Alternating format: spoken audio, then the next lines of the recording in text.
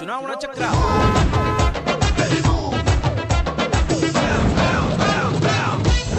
ನಾವೀಗ ದೇವದುರ್ಗ ವಿಧಾನಸಭಾ ಕ್ಷೇತ್ರದಲ್ಲಿದ್ದೇವೆ.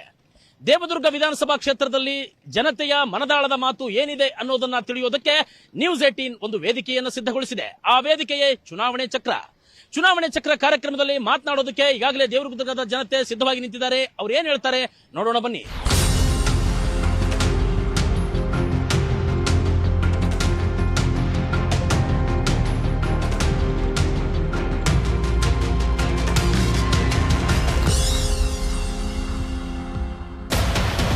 ದೇವದುರ್ಗ ಕ್ಷೇತ್ರದಲ್ಲಿ ಸುಮಾರು ಬಿಜೆಪಿ ಸರ್ಕಾರ 10 ವರ್ಷ ಆಡಳಿತ ಮಾಡಿದ್ರು ಕೂಡ ಇನ್ನು ದಲಿತರಿಗೆ ಹಳ್ಳಿಗಳಲ್ಲಿ ಹೋಟೆಲ್ಗಳಲ್ಲಿ ಚಹಾ ಪ್ರತ್ಯೇಕ ಕೊಡ್ತಾರೆ, ಗುಡಿ ಗುಂಡಾರಗಳಲ್ಲಿ ಪ್ರವೇಶವಿಲ್ಲ ಮತ್ತು ಏನು ದಲಿತರ ಮೇಲೆ ದೌರ್ಜನ್ಯ ಕೂಡ ಈ ಸರ್ಕಾರ ಬಂದಾಗಿನಿಂದ ನಾವೇನಪ್ಪ ಅಂದ್ರೆ ಪ್ರತಿಭಟನೆ ಮಾಡ್ತಾ ಇದ್ವಿ. ಉದಾಹರಣೆಗೆ ಮೊನ್ನೆ ಒಂದು ತಿಂಗಳ ಹಿಂದಗಡೆ ಇದೇ ಕರಡಿಗುಡ್ಡೆ ಗ್ರಾಮ ಊರಲ್ಲಿ ಮರಿಗಮ್ಮ ದೇವಿ ಜಾತ್ರೆಯಲ್ಲಿ ದಲಿತರ ಕೇರಿಗೆ ನುಗ್ಗಿ ದೌರ್ಜನ್ಯ ಮಾಡಿ ದಬ್ಬಾಳಿಕೆ ಮಾಡಿದ್ರು. ಅಲ್ಲಿ ಏನಪ್ಪಾ ಅಂತಂದ್ರೆ ಒಂದು ಪೊಲೀಸ್ ಕೇಸ್ ಆಗಲಾರ್ದಂಗೆ ನೋಡಿಕೊಂಡು ಇದು ಬಿಜೆಪಿಯ ಮಾಡ್ತಕ್ಕಂಥ ಕುತಂತ್ರ. ನಾವೇನಪ್ಪ ಅಂದ್ರ ಮುಂದಿನ ದಿನಗಳಲ್ಲಿ ಈ ದೇವದುರ್ಗ ತಾಲೂಕಿನಲ್ಲಿ ಎಲ್ಲಾ ಬಹುಸಂಖ್ಯಾತರ ದಲಿತರು ಏನಪ್ಪ ಅಂದ್ರ ನಾವು ಕೋಮುವಾದಿ ಪಕ್ಷನ ವಿರೋಧ ಮಾಡ್ತೀವಂತ ಈ ಸಂದರ್ಭದಲ್ಲಿ ನಾವು ಹೇಳ್ತೀವಿ. ಮುಂದೆ ಬರ್ತಕ್ಕಂಥ ಶಾಸಕರು ಯಾರೇ ಆಗಿರ್ಲಿ ಎಲ್ಲರನ್ನ ಸಾರ್ವಜನಿಕರನ್ನ ಸಮಾನತೆಯನ್ನು ಕಾಣಂತ MLA ಆಗಬೇಕು, ಗೌರವದಿಂದ ಮಾತಾಡಿಸಂತ MLA ಆಗಿರಬೇಕು. ನಾವು ಏನು ಮುಂದೆ ಬರ್ತಕ್ಕಂಥ 23 ಚುನಾವಣೆಯಲ್ಲಿ ಈ ಬಿಜೆಪಿ ಸರ್ಕಾರವನ್ನು ಕಡ್ಡಾಯವಾಗಿ ನಾವು ವಿರೋಧ ಮಾಡ್ತೀವಿ. ಉದಾಹರಣೆಗೆ ಹೇಳ್ತೀವಿ, ನಾವು 100 ದಿನದಿಂದ ಒಳ ಮೀಸಲಾತಿ ಹೋರಾಟಕ್ಕೆ ಏನಪ್ಪಾ ಅಂದ್ರೆ 100 ದಿನ ಆಯ್ತು. ಇಲ್ಲಿವರೆಗೂ ಕೂಡ ಆಳುವಂತ ಸರ್ಕಾರ ಆ ಹೋರಾಟಕ್ಕೆ ಸ್ಪಂದನೆ ಮಾಡ್ತಿಲ್ಲ. ಮುಂದೆ ಎಲ್ಲಿ ಹೋದ್ರೂ ಕೂಡ ಯಾವ ತಾಲೂಕಿನಲ್ಲಿ ಹೋದ್ರೂ ಕೂಡ ನಾವು ನಿರ್ಬಂಧ ಕೂಡ ಮಾಡಬೇಕಾದ ಬಿಜೆಪಿ ಶಾಸಕರು ಅಂತ ಹೇಳಿ ಇಷ್ಟಪಡ್ತೀನಿ. ನಮ್ಮ ಹೆಸರು ಲಿಂಗಣ್ಣ ಅವಲ್ದಾರ್ ನಾಯಕ್ ಅಂತೇಳಿ. ಈ ಒಂದು ದೇವದುರ್ಗ ಕ್ಷೇತ್ರದಲ್ಲಿ ಚುನಾವಣೆ ಯಾವ ರೀತಿ ಆಗ್ಬೇಕಂದ್ರೆ, ಯಾವ ಅಭ್ಯರ್ಥಿಗಳು ಜಾತಿ ನಿಂದನೆ ಮತ್ತು ದೌರ್ಜನ್ಯ ಮತ್ತು ಭ್ರಷ್ಟಾಚಾರದಲ್ಲಿ ಮುಳುಗಿರ್ತಾರೋ ಅವರಿಗೆ ಬಿಜೆಪಿ ಒಂದು ಶಾಸಕರಿಗೆ ತಕ್ಕ ಪಾಠ ಕಲಿಸ್ತಾರೆ. ಹಾಗೆ ಈ ಒಂದು ತಾಲೂಕಿನಲ್ಲಿ ಬಿಜೆಪಿ ಶಾಸಕರ 10 ವರ್ಷದ ಆಳ್ವಿಕೆಯಲ್ಲಿ ಅಭಿವೃದ್ಧಿ ಏನಾದರೆ ಕಂಡ್ರೆ ಇವತ್ತು ತಿಂತಿಣಿ ಬ್ರಿಡ್ಜ್ ಇಂದ ಗೂಗಲ್ ಬ್ರಿಡ್ಜ್ ವರೆಗೆ ಇಸ್ಪೇಟ್ ಮತ್ತು ಮಟಕ ಪಾನ್ ಶಾಪ್ಗಳಲ್ಲಿ ಮಾರುವಂತ ಮದ್ಯಪಾನ. ಹಾಗೆ ಇವತ್ತು ನಾವು ಏನ್ ಹೇಳ್ತೇವಪ್ಪ ಅಂದ್ರೆ, ಶಾಸಕರಿಗೆ ತಕ್ಕ ಪಾಠ ಕಲಿಸೋದು 2023ಕ್ಕೆ ಖಂಡಿತವಾಗ್ಲೂ ಕಲಿಸ್ತಾರೆ ಅನ್ನೋದು ನನ್ನ ವಿಚಾರ ಆಗಿರುತ್ತದೆ. ಹಾಗೆ ಕಾಂಗ್ರೆಸ್ ಪಕ್ಷದ ಬಗ್ಗೆ ಯಾರು ಇವತ್ತು ಮಾತಾಡಂಗಿಲ್ಲ. ಯಾಕಂದ್ರೆ ಕಾಂಗ್ರೆಸ್ ಪಕ್ಷ ಅನ್ನೋದು ಒಂದು ಶಾಂತಿಯುತವಾಗಿ ಮತ್ತು ದೇಶದ ಒಂದು ರಕ್ಷಣೆಗಾಗಿರುವಂತ ಪಕ್ಷ. ಇದು ಏನಪ್ಪಾ ಅಂದ್ರೆ ಎಲ್ಲಾ ಜಾತಿ ಜನಾಂಗದವರಿಗೆ ಒಂದು ಅಧಿಕಾರವನ್ನು ಕೊಟ್ಟು ಮತ್ತು ಯಾವ ಜಾತಿಯಾಗಿ ಒಂದು ಅನ್ಯಾಯ ಮಾಡದಂತೆ ನೋಡಿಕೊಂಡು ಬಂದಂತ ಪಕ್ಷ. ಇದು 2023ಕ್ಕೆ ಕಾಂಗ್ರೆಸ್ನಲ್ಲಿ ಅಭ್ಯರ್ಥಿ ಯಾರಾದರೇನು ಇದು 100ಕ್ಕೆ 100 ಸತ್ಯ ಗೆಲ್ಲುವುದು ಮತ್ತು ರಾಜ್ಯ ಸರ್ಕಾರ 100ಕ್ಕೆ 100 ಆಗ್ತದೆ ಅನ್ನೋದು ನನ್ನ ಅಭಿಪ್ರಾಯವಿದೆ.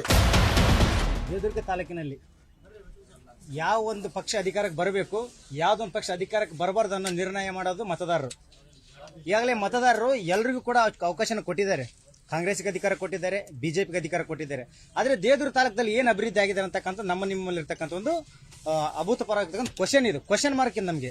ಯಾಕಪ್ಪ ಅಂತಂದ್ರೆ, ಒಬ್ಬ ಮನುಷ್ಯ ಒಂದು ಅಧಿಕಾರಕ್ಕೆ 1 ಸಲ ಚಾನ್ಸ್ ಕೊಡ್ತಾರೆ, 2 ಸಲ ಚಾನ್ಸ್ ಕೊಡ್ತಾರೆ, 3 ಸಲ ಚಾನ್ಸ್ ಕೊಡ್ತಾರೆ.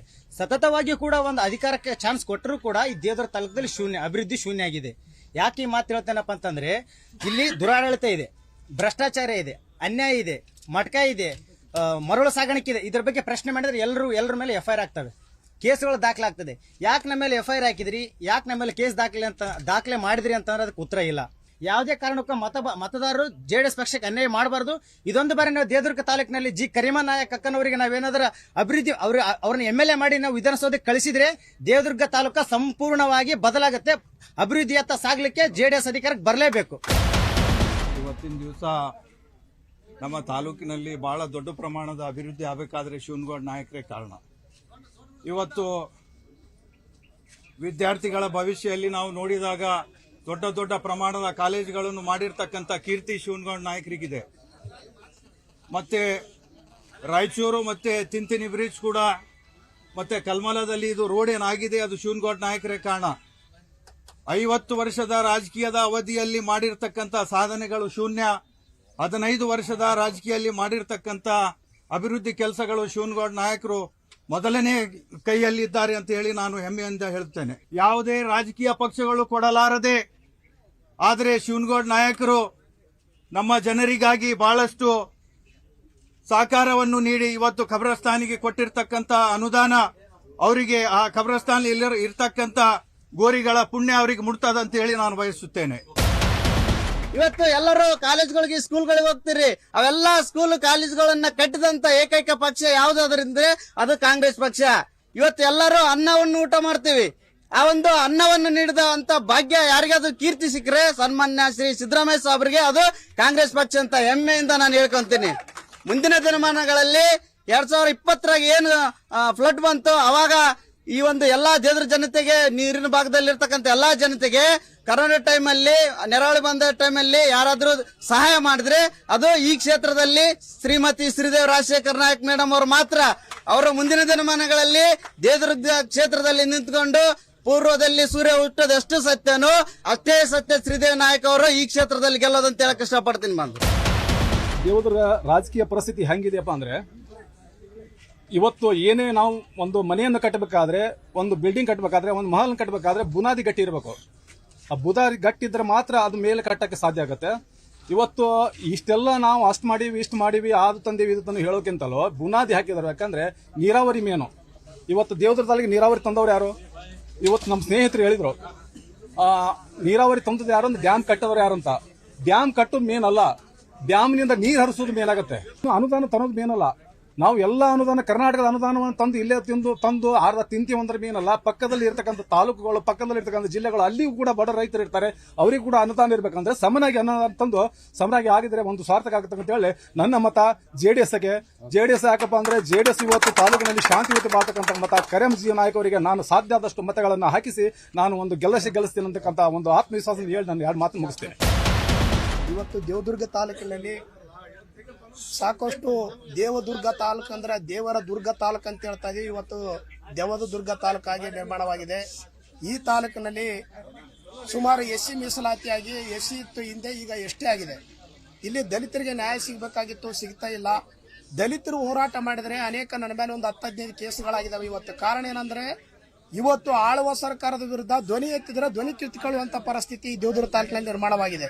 ಯಾಕಂದ್ರೆ ಈ ತಾಲೂಕಿನಲ್ಲಿ ಶಾಸಕರಂದ್ರೆ ಹೆಂಗಿರ್ಬೇಕಂದ್ರೆ ತಾಯಿ ಗುಣ ಇರಬೇಕು, ಪ್ರತಿಯೊಬ್ಬರನ್ನ ಅಪ್ಪಿಕೊಳ್ಳುವ ಗುಣ ಇರಬೇಕು, ತಬ್ಬಿಕೊಳ್ಳುವ ಗುಣ ಇರಬೇಕು. ಇವತ್ತು ಅಭಿವೃದ್ಧಿ ಅನ್ನೋದಾಗಿದ್ರೆ ಏನಾಗಿದ್ರೆ ಇವತ್ತು ಓಟ್ ಹಾಕಿದವ್ರ ಮನೆ ನೋಡಿ ಹೆಂಗಿದ್ದಾವೆ, ಓಟ್ ಪಡೆದವ್ರ ಮನೆಗಳು ನೋಡಿ ಹೆಂಗಿದ್ದಾವೆ ಗೊತ್ತಾಗ್ತದೆ ಇವತ್ತು ನಿಮ್ಗೆಲ್ಲರಿಗೂ. ಓಟ್ ಪಡೆದವರ ಮನೆಗಳು ಇವತ್ತು ದೇವದುರ್ಗದಲ್ಲಿ ಬಂಗಲೆಗಳಾಗಿದ್ದಾವೆ, ರಾಯಚೂರಲ್ಲಿ ಬಂಗಲೆಗಳು ಕಾಣ್ತವೆ, ಎಲ್ಲಿ ನೋಡ್ರೆ ಆಸ್ತಿ ಕಾಣ್ತಾ ಇದೆ. ಓಟ್ ಹಾಕಿದವರ ಪರಿಸ್ಥಿತಿ ಬೀದಿಯಲ್ಲಿ ನಿಂತು ಮಾತಾಡುವಂತ ಪರಿಸ್ಥಿತಿ ಬಂದಿದೆ. ಬೀದಿಯಲ್ಲಿ ನಿಂತು ಮಾತಾಡ್ಬೇಕಂತಂದ್ರೆ ಆ ಧ್ವನಿಯನ್ನು ಕಿತ್ಕೊಳ್ತಕ್ಕಂಥದ್ದು ಇವತ್ತು ತಾಲೂಕಿನಲ್ಲಿ ನಡೀತಾ ಇದೆ ಅಕ್ರಮವಾಗಿ.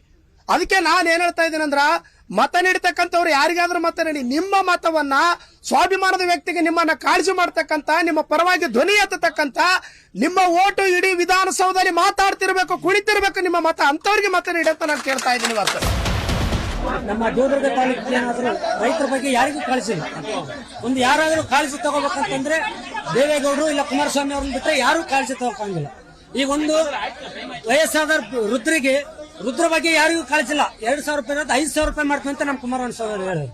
ಆದ್ರೂ ರೈತರ ಬಗ್ಗೆ, ರೈತರಿಗೆ ಬೆಂಬಲ ಬೆಲೆ ಮತ್ತು ಪ್ರತಿ ಎಕರೆಗೆ 10,000 ರೂಪಾಯಿ, ಯಾರು ಸಾಲ ಮಾಡಬಾರ್ದು ರೈತರು ಅಂತೇಳಿ ಪ್ರತಿ ಎಕರೆಗೆ 10,000 ರೂಪಾಯಿ ಅಂತ ಹೇಳಿ ಒಂದು ಸೀಸನ್ ಸ್ಟಾರ್ಟ್ ಮಾಡ್ಬೇಕಾದ್ರೆ ಅವಾಗ ಏನು ದುಡ್ಡು ಇರ್ಲಾರ ಸಲುವಾಗಿ 10,000 ರೂಪಾಯಿ ರೈತರಿಗೋಸ್ಕರ ಕೊಡ್ತಾ ಇದ್ದಾರೆ. ಅಂತವೆಲ್ಲ ಭಾಗ್ಯಗಳಿಟ್ಕೊಂಡು ಅಂತವ್ರನ್ನ ಬಿಟ್ಟು ನೀವು ಯಾವ ಪಕ್ಷ ಆ ಪಕ್ಷ ಈ ಪಕ್ಷ ಅಂತೇಳಿ ಮತ್ತೆ ಅನ್ಯಾಯ ಮಾಡಬೇಡ್ರಿ.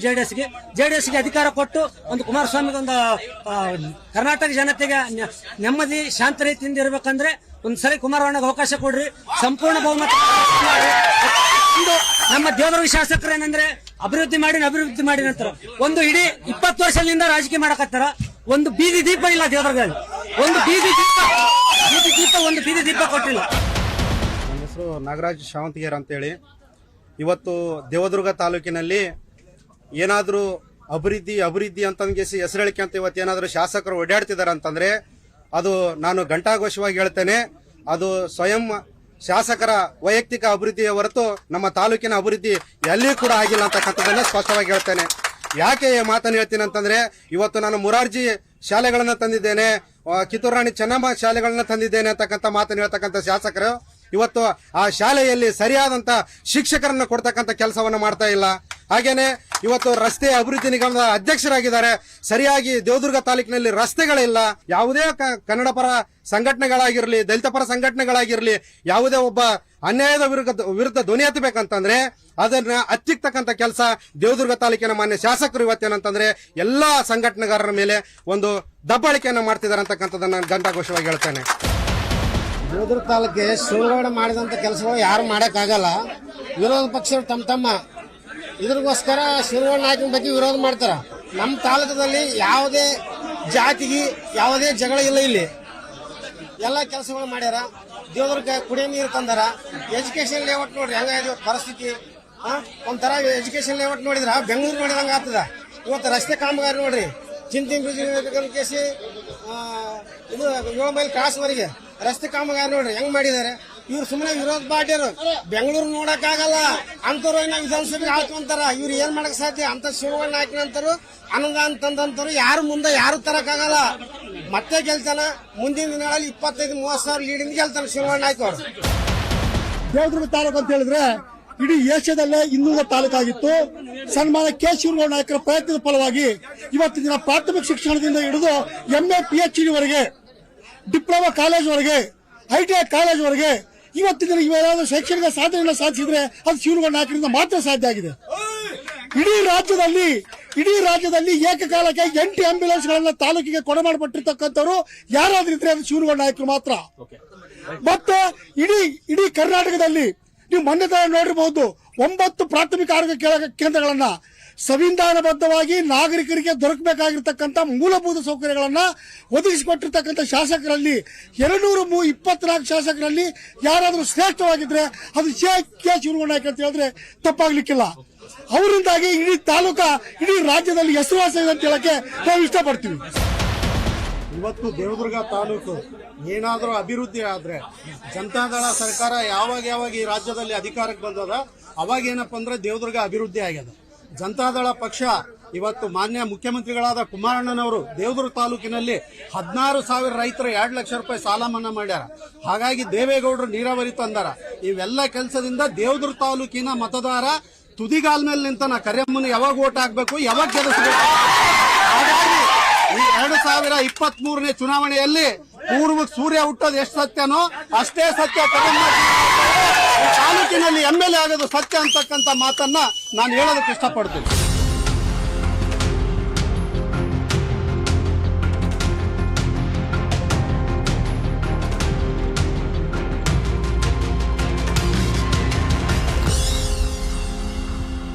ಬ್ರೇಕ್ನ ನಂತರ ಚುನಾವಣಾ ಚಕ್ರ ಕಾರ್ಯಕ್ರಮ ಮುಂದುವರಿಯುತ್ತೆ.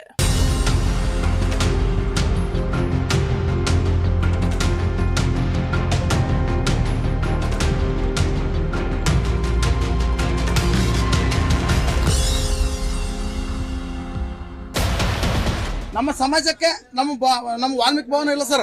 ಎಲ್ಲ ಸಮಾಜಕ್ಕೆ ಎಲ್ಲ 61 ಸಮಾಜ ಇಂಥ ಸಮಾಜ ಅಂತ ಹೇಳಲ್ಲ ನಾನು. ಪ್ರತಿಯೊಂದು ಸಮಾಜಕ್ಕೆ ಸಮಾಜದ ಒಂದು ಭವನಗಳು ನಿರ್ಮಾಣ ಮಾಡ್ಯಾರ ಸರ್.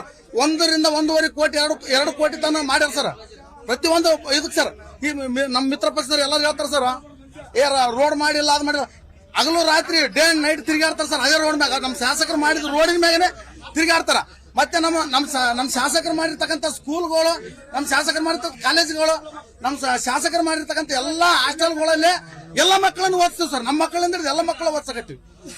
ಅವಾಗಿನ ಪರಿಸ್ಥಿತಿ ಏನಿತ್ತು, ನಮ್ಮ ಶಾಸಕರ ಹಾಕಿನ ಮುಂಚೆಗೆ ಏನಿತ್ತು ಪರಿಸ್ಥಿತಿ, ಈಗಿನ ಪರಿಸ್ಥಿತಿ ಮಕ್ಕಳದ್ದು ಹೇಗಾದ ನೀವೇ ಒಂದ್ಸಲ ಆಲೋಚನೆ ಮಾಡಿ ನೋಡಿ ಸರ್. ಪ್ರತಿಯೊಂದು ಹೋಬಳಿ ವಾರ ಆಗಿರ್ಬೋದು, ಪ್ರತಿಯೊಬ್ಬ ಒಂದು JDP ವಾರ ಆಗಿರ್ಬೋದು, ಎಲ್ಲೇ ಇರಲಿ ಸರ್, ಸ್ಕೂಲ್ ಕಾಲೇಜ್ಗಳು ತಂದಿದಂದ್ರೆ ನಮ್ಮ ಶಾಸಕರು ಅಂತೇಳಿ ನಾವು ಎದಿ ತಟ್ಟಿ ಹೇಳ್ತೀವಿ.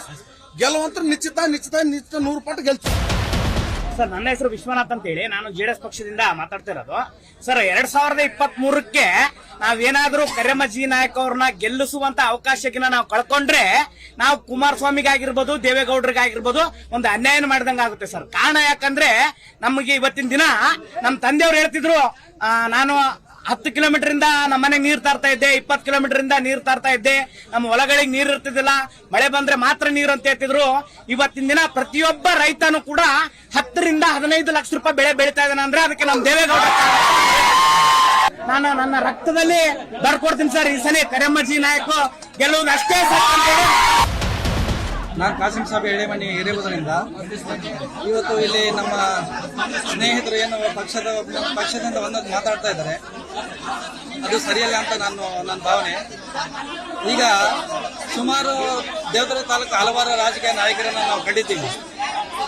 ಇವತ್ತು ಸುಮಾರು 10 ವರ್ಷದಿಂದ ಕರ್ರಮ್ಮ ಜಿ ನಾಯಕ್ ಅವರವರು ಪ್ರತಿ ಮನೆಗೆ ಹಳ್ಳಿಗೆ ಭೇಟಿ ಕೊಟ್ಟು ತಮ್ಮ ಶ್ರಮ ವಹಿಸಿ ಮಾತಾಡ್ತಿದ್ದಾರೆ. ಅಂಥದ್ರಲ್ಲಿ ಇವತ್ತು ಎಲ್ಲ ರಾಜಕೀಯ ಅವಕಾಶ ಕೊಟ್ಟಂತೆ ನಮ್ಮ ಕರ್ರಮ್ಮ ಜಿ ನಾಯಕ್ ಅವರಿಗೆ ದೇವದುರ್ಗ ತಾಲೂಕಿನ ಜನ ಕೈ ಹಿಡಿಬೇಕಂತ ನಾನು ಕೇಳಿಕೊಳ್ತೇನೆ.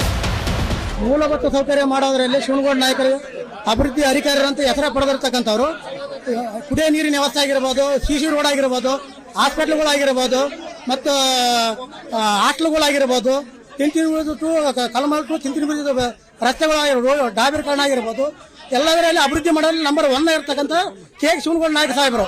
ಮನೆಗಳ ತಂದಿರ್ತಕ್ಕಂಥ ಸೂರ ಯಾರು ಇದ್ರೆ ಶಿವನಗೌಡ ನಾಯಕ. ಅತಿ ಹೆಚ್ಚು ಕರ್ನಾಟಕದಾಗ ಶಾಸಕರಲ್ಲಿ ಹೆಚ್ಚಿನ ಅನುದಾನ ತಂದಿರ್ತಕ್ಕಂಥ ಯಾರಾದ್ರೆ ಕೆ ಶಿವನಗೌಡ ನಾಯಕರು. ಹಂಗಾಗಿ ಶಿವನಗೌಡ ನಾಯಕರು ಈ ಸಲ ಆರಿಸಿ ಬರೋದ್ರಲ್ಲಿ ಏನು ಅನುಮಾನನಿಲ್ಲ. ಮಾನ್ಯ ಶಿವನಗೌಡ ನಾಯಕರು ಅದು ರೋಡ್ನ ಅಧ್ಯಕ್ಷರ ರೋಡ್ ಅಷ್ಟು ಮಾಡಿ ಇಷ್ಟು ಮಾಡಿ ಅಂತ ಹೇಳ್ತಾರೆ ಸರ್.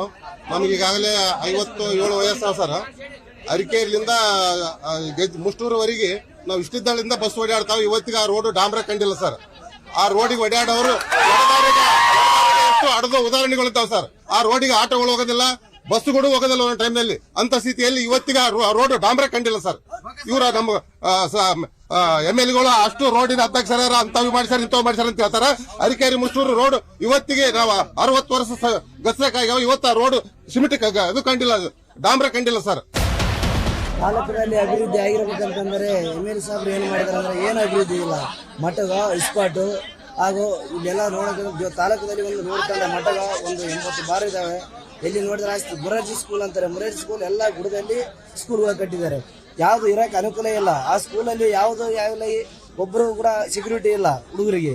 ಮುರಾರ್ಜಿ ಸ್ಕೂಲ್ ಕಟ್ಟಿದ್ದಾರೆ ಅಂತ ಹೇಳ್ತಾರೆ. ಮುರಾರ್ಜಿ ಸ್ಕೂಲ್ ಎಲ್ಲಿ ಕಟ್ಟಿದ್ದಾರೆ? ಬೇರೆ ಗುಡದಲ್ಲಿ ಕಟ್ಟಿದ್ದಾರೆ, ಗೌರ್ಮೆಂಟ್ ಜಾಗದಲ್ಲಿ. ಅರಣ್ಯಲ್ಲಿ ಹೋಗಿ ಸ್ಕೂಲಲ್ಲಿ ಹುಡುಗರು ಹಾಕ್ತಾರ? ಆಗಲ್ಲ. ದೇವದುರ್ಗ ತಾಲೂಕಿನಲ್ಲಿ ಅಂದ್ರೆ ಒಂದು 100-120 ಮಠಗಳ ಶಾಪ್ ಇದೆ. ಒಂದು 50 ತಂಡ ಮಠ ಇಸ್ಪಾಟ್ ಆಡಿಸ್ತಾರೆ. ತಾಲೂಕದಲ್ಲಿ ಇಂಪ್ರೂವ್ ಆಗಿದೆ ಅಂತಾರೆ. ತಾಲೂಕದಲ್ಲಿ ಏನಾಗಿಲ್ಲ. ಅಭಿವೃದ್ಧಿ ಏನು ಮಾಡಿದ್ರೆ 6500 ಕೋಟಿ ಅಂತಾರೆ. MLA ಸಾಹೇಬರು ತಮ್ಮ ಇದಕ್ಕೆ ಮಾಡಿದ್ದಾರೆ. ವೈದ್ಯಕವಾಗಿ ಏನು ಮಾಡಿಲ್ಲ. ತಾವು ಆಸ್ತಿ ಮಾಡಿಕೊಂಡಿದ್ದಾರೆ. ಎಲ್ಲಿ ನೋಡಿದ್ರೆ ತಾವು ಆಸ್ತಿ ಮಾಡಿದ್ದಾರೆ. ಅದು ಬಿಟ್ಟರೆ ಬದಲು ಏನು ಮಾಡಿದ್ದಾರೆ ಅಭಿವೃದ್ಧಿ ತಾಲೂಕದಲ್ಲಿ? ಅಭಿವೃದ್ಧಿ ಏನು ಆಗಿಲ್ಲ ತಾಲೂಕದಲ್ಲಿ. ಸರ್, ತಾಲೂಕಿನಲ್ಲಿ ಅಭಿವೃದ್ಧಿ ನಮ್ಮ ರಾಯಚೂರು ಜಿಲ್ಲೆಯಲ್ಲಿ ಅಭಿವೃದ್ಧಿ ತಾಲೂಕು ಅಂದ್ರೆ ದೇವದುರ್ಗ ತಾಲೂಕು. ಯಾಕಂದ್ರೆ ನೋಡಬಹುದು ಕಲ್ಮಲೆಯಿಂದ ತಿಂತೂರು ಬ್ರಿಡ್ಜ್ ಆಗಿರ್ಬೋದು, ಅಥವಾ ಅರಕೆರೆ ಶಿರೋರ ಭಾಗದಲ್ಲಿ ರೋಡ್ ಆಗಿರ್ಬೋದು, ಇವತ್ತು ಕಪ್ಪೂರ್ ಗೂಗಲ್ ಭಾಗದಲ್ಲಿ ರೋಡ್ ಆಗಿರ್ಬೋದು, ಅದೆಲ್ಲ ಮಾಡಿಸಿದ ಕೀರ್ತಿಗೆ ಶಿವನಗೌಡ ನಾಯಕ ಸಲ್ಲುತ್ತದೆ. ಈ 2013 ಮುಂಚೆ ನೋಡಿದ್ರೆ ಈ ತಾಲೂಕಿನ ಅಭಿವೃದ್ಧಿ 2000 ಏನಾಗಿತ್ತಂದ್ರೆ ಏಷ್ಯಾದಲ್ಲಿ ಅತಿ ಹಿಂದುಳಿದ ತಾಲೂಕು ಅಂತ ದೇವದುರ್ಗ ಅಂತಿದ್ರು. ಈ 2023-22ರಲ್ಲಿ ಅತಿ ಹಿಂದುಳಿದ ತಾಲೂಕು ಅಂದ್ರೆ HD ಕೋಟೆ ಮೈಸೂರು ಭಾಗದಲ್ಲಿ ತೋರಿಸಿದ್ದಾರೆ. ಅದೇ ಒಂದು ದೂರದೃಷ್ಟಿಯಿಂದ ನೋಡಬಹುದು ನಮ್ಮ ನಾಯಕರು ಯಾವ ರೀತಿಯಾಗಿ ಕೆಲಸ ಮಾಡಿದ್ದಾರೆ ಅಂತ. ಅದೇ ರೀತಿಯಾಗಿ ಹೇಳ್ತೀವಿ, ಇಲ್ಲಿ ಶಿವನಗೌಡ ನಾಯಕ್ ಗೆಲ್ಲೋದ್ರಿಂದ ಅಭಿವೃದ್ಧಿ ಸಾಧ್ಯ. ಮತ್ತೆ ಬೇರೆ ಯಾರು ಬಂದ್ರು 2013ಕ್ಕಿಂತ ಹಿಂದೆ ಹೋಗುತ್ತೆ ದೇವದುರ್ಗ ಹೊರತಾಗಿ ಶೈಕ್ಷಣಿಕವಾಗಿ ಯಾವುದೇ ರೀತಿಯಲ್ಲಿ ಮುಂದುವರಲಿಕ್ಕೆ ಸಾಧ್ಯ ಇಲ್ಲ ಅಂತ ಹೇಳ್ತೀನಿ.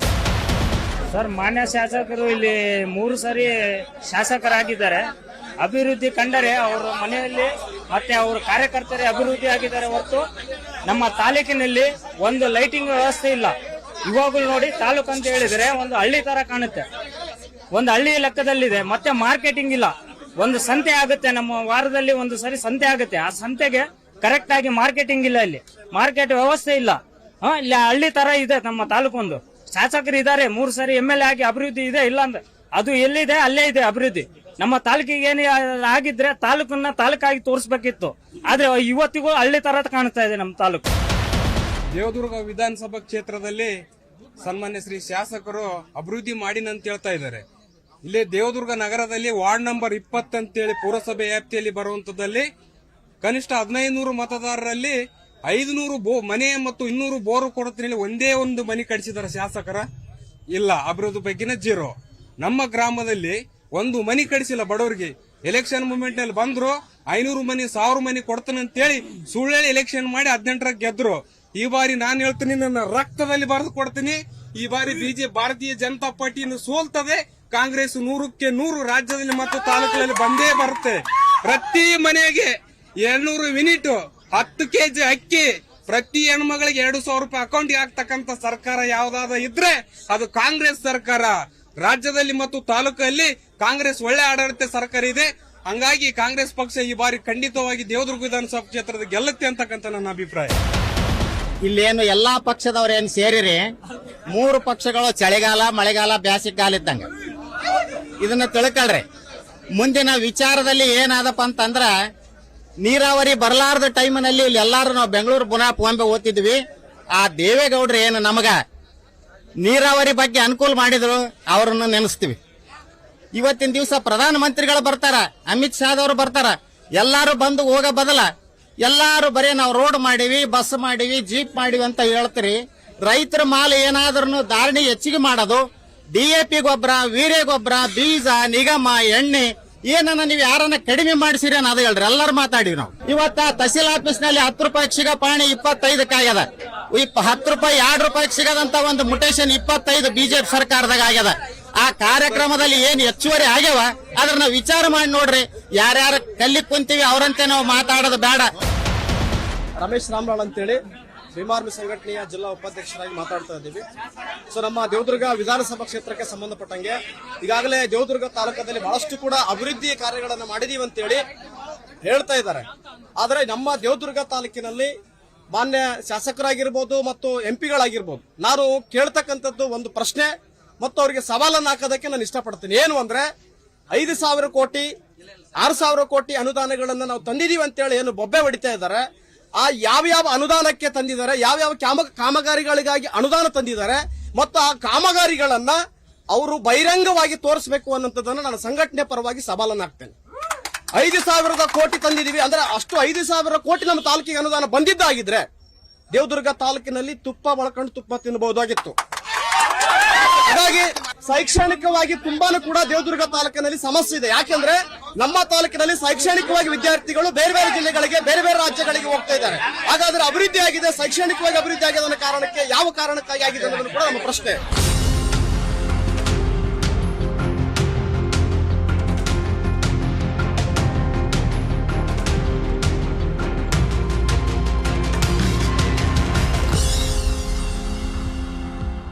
ನೋಡಿದ್ರಲ್ಲ, ಕಳೆದ 5 ವರ್ಷಗಳಲ್ಲಿ ದೇವದುರ್ಗ ವಿಧಾನಸಭಾ ಕ್ಷೇತ್ರದ ಶಾಸಕರು ಮಾಡಿರುವ ಸಾಧನೆಗಳನ್ನ, ಇನ್ನು ಮಾಡಬೇಕಿರುವ ಅಭಿವೃದ್ಧಿ ಕಾರ್ಯಗಳ ಬಗ್ಗೆ ದೇವದುರ್ಗ ವಿಧಾನಸಭಾ ಕ್ಷೇತ್ರದ ಜನ ಚುನಾವಣಾ ಚಕ್ರ ಕಾರ್ಯಕ್ರಮದ ಮೂಲಕ ಹೇಗೆ ಹಂಚಿಕೊಂಡ್ರು ಅನ್ನೋದನ್ನ. ಮುಂದಿನ ಕಾರ್ಯಕ್ರಮದ ಮೂಲಕ ಮತ್ತೊಂದು ವಿಧಾನಸಭಾ ಕ್ಷೇತ್ರದೊಂದಿಗೆ ನಾನು ನಿಮ್ಮ ಮುಂದೆ ಬರ್ತೀನಿ. ಅಲ್ಲಿವರೆಗೂ ನೋಡ್ತಾ ಇರಿ ನ್ಯೂಸ್ 18. ಜಾಲ ನಮ್ಮದು, ಬಲ ನಿಮ್ಮದು. ಕೇಳ್ರಪ್ಪೋ ಕೇಳಿ ಪ್ರಿಯ ಮತದಾರರೇ.